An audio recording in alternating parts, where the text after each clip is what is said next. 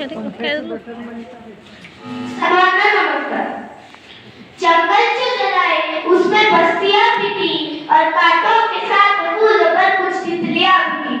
आदरणीय अध्यक्ष महोदय, उपस्थित मान्यवर, प्रमुख पाहुणे आणि माझे मित्र मैत्रिणींनो, मी Smith Bhagyashri Shashi Bhoyar, school of scholar, वर्ग 7वा। आजच्या परिसंवादाचा विषय पर्यावरण वाचवा नाहीतर विनाश होणार। पर्यावरण हा प्रश्न नसून तुमच्या माझ्या प्रत्येकाचा मानवी जीवनाशी निगडीत एक गंभीर वास्तव आहे।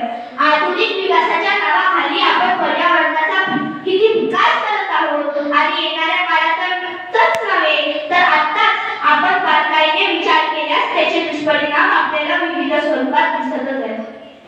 पर्यावरण म्हटले की हवा, पाणी, जमीन, मनुष्य, प्राणी व यांच्या परस्परावर अवलंबून राहणे होय।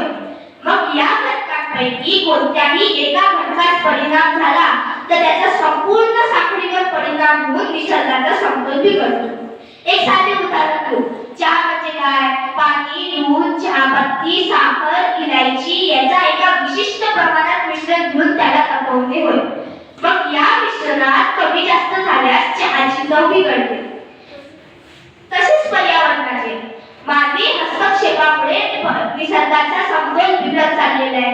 जशी चहाची चव बिघडते तसाच निसर्गाचा समतोलही बिघडते। काल परवाची उदाहरणेला महाराष्ट्रात नाशिक येथे कुंभमेळावा भरण्यासाठी जमिनीवरील झाडे कापण्याचा आदेश दिलाय। शेकडो वर्षाची झाडे आपल्या स्वार्थासाठी कापली जात असून पर्यावरण प्रेमी व नाशिककरांनी याला तीव्र विरोध केलाय।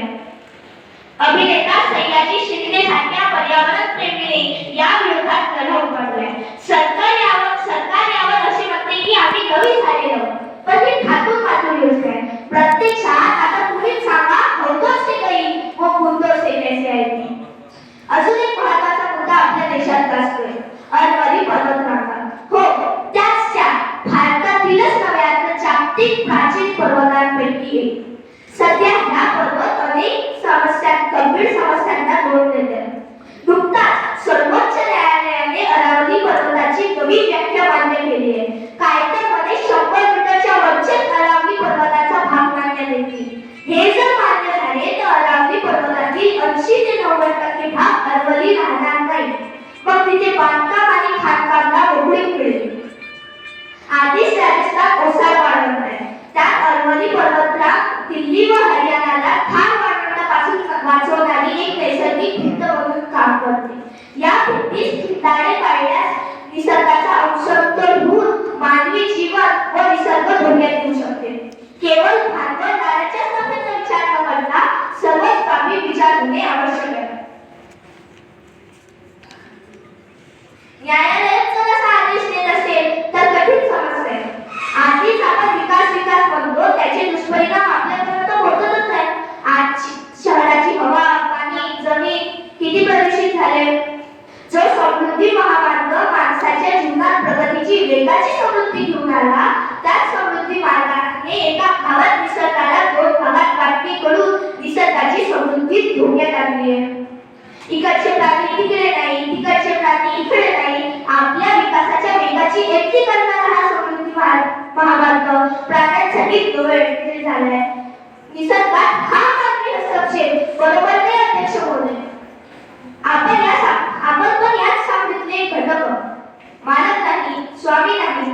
उद्या जंगलातले प्राणी व इतर वाघ व इतर प्राण्यांनी ठरवले, चला आपण स्मिथ व इतरांच्या घरी राहायला जाऊ। चालेल का अध्यक्ष महोदय? नाही ना।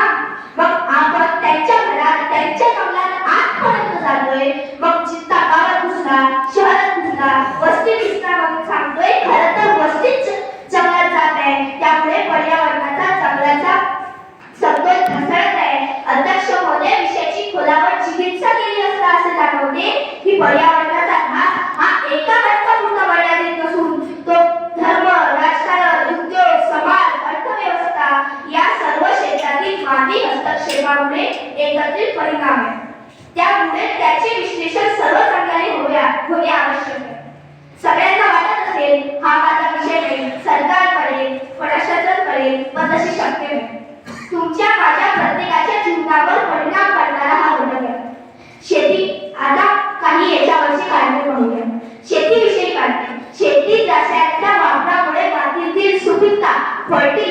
कमीहून अन्नधान्य भाजीपाला दूषित होते, ज्याने कॅन्सरचे प्रमाण वाढले.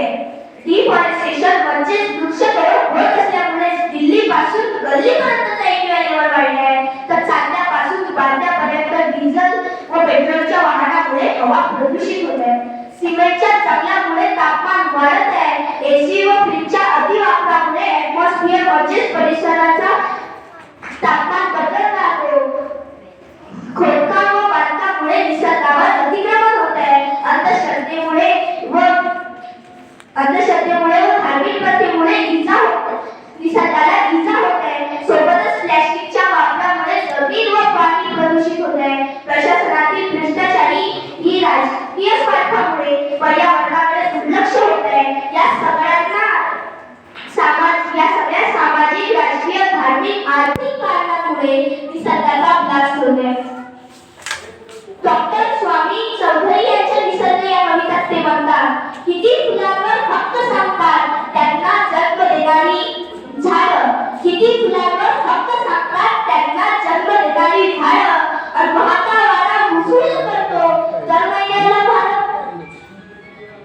लिटरभर पाण्याचा काय भाव सांगते नदी, लिटरभर पाण्याचा काय भाव सांगते नदी. आणि किती ॲडव्हान्स मागतो ढग पाऊस पडण्याआधी. किती हत्ती दात पडल्यावर आपले हस्तिदंत विकतात, किती हत्ती दात पडल्यावर आपले हस्तिदंत विकतात. आणि चोचीत मावे एवढेच खावे हे पक्षी कुठे शिकतात. प्रकाश दिला म्हणून सूर्य घरी लाईट बिल फाडतो का, प्रकाश दिला म्हणून सूर्य घरी लाईट बिल फाडतो का, आणि कधी रविवारची सुट्टी घेऊन जगात अंधार पाडतो का. शेवटी मी एवढेच म्हणेन, आज झाड लावाल उद्या श्वास मिळेल, निसर्ग जपला तर जीवन पुढे.